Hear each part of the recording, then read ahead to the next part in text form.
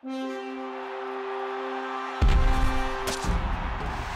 time to recap Week 5 here at Pro Football Weekly with our spin cycle, and I'm joined by senior editor Eric at home to break it down for you. And Eric, first off, what did we learn this week? Well, we learned that the bye week isn't always a great thing. Sure, teams want their rest, but on the season so far, teams heading into their bye the week before, they're 2-8 in those games. Now, we saw both those victories this week, one by an emotional Saints team, which Drew Brees breaks Johnny Unitas' record, the other by a Bears team going on the road. But one of those teams, the Bears or Jaguars, are going to win. They're both heading into their bye. So the other 8 teams that have lost have really kind of struggled in these situations. Talk about the Panthers losing at home to the Seahawks. The Jaguars getting blown out, obviously disappointment. Maybe they're looking ahead to this rest a little bit too much in that 4-day break that they get with the new CBA.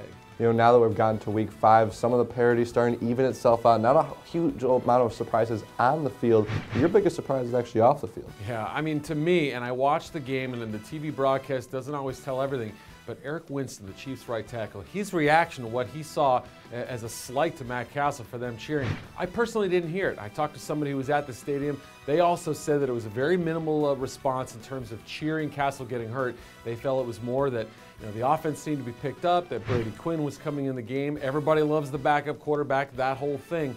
I honestly didn't hear what Winston was complaining about. And maybe it's a situation where he's trying to rally his team. It's been awfully quiet in Kansas City. They're 1-4 right now. They need something to get them going. You know, Eric Winston certainly made some good points in that passionate thing after the game about the fact that you shouldn't cheer your own player that's been hurt. But when I heard the cheers, I thought maybe they were cheering the fact that he was walking off the field. Right, exactly. Walking the sideline on his own power. Maybe they were happy about that. I'm sure there's a couple fans there that always had a couple too many beverages before the game, and they were happy Brady Quinn's going in there. Although it does say a lot about the Chiefs that people were happy that Brady Quinn was heading in. That's a whole other story right now, yeah.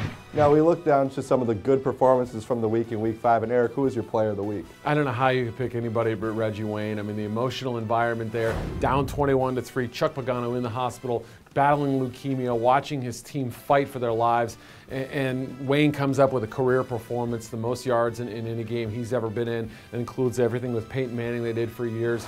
Just his performance, cramping up there on that final drive, making one-handed catches, highlight grabs, and then scoring the go-ahead touchdown. To me, Wayne's my player of the week, one of the best individual performances you'll ever see. It was really remarkable and a good coming-out party for Andrew Luck. Absolutely. We all knew what he was capable of. We've seen a little bit of it this year, but to do it on that big of a stage against the Packers, pretty impressive by both of those players. Make sure to check out our website for all the analysis from Week 5. Head to ProFootballWeekly.com.